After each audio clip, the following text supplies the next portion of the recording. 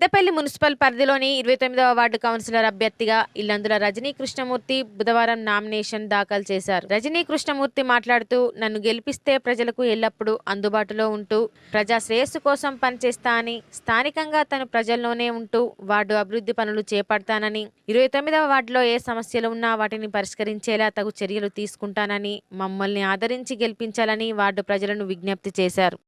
General మహిళ అయిన కారణంగా మా సతీమణి అయినటువంటి ఇల్లందుల రజనీతోటి బరిలో దింపి ఈరోజు మొట్టమొదటి నామినేషన్గా వేసినాము.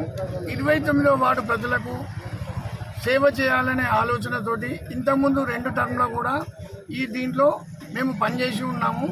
కొన్ని కారణాల వల్ల మాకు సమయాభావం వల్ల కొంత సేవ చేయలేకపోయినాము. ఇప్పుడు మానవ సేవ మాధవ సేవ చేయాలనే దృఢ సంకల్పంతో మాకున్న వ్యాపారాన్ని మా బాబు చూసుకుంటున్నాడు కనుక మేము మానవ సేవ మాధవ సేవ చేయాలనే దృఢ సంకల్పంతో ఈరోజు మీ ముందుకు వచ్చాము. 29వ వార్డు ప్రజలందరూ మమ్మల్ని ఆశీర్వదించి అత్యధిక మెజార్టీతో గెలిపించి చేయి గుర్తుపై ఓటు వేసి అత్యధిక మెజార్టీతో గెలిపించాలని కోరుచున్నాము.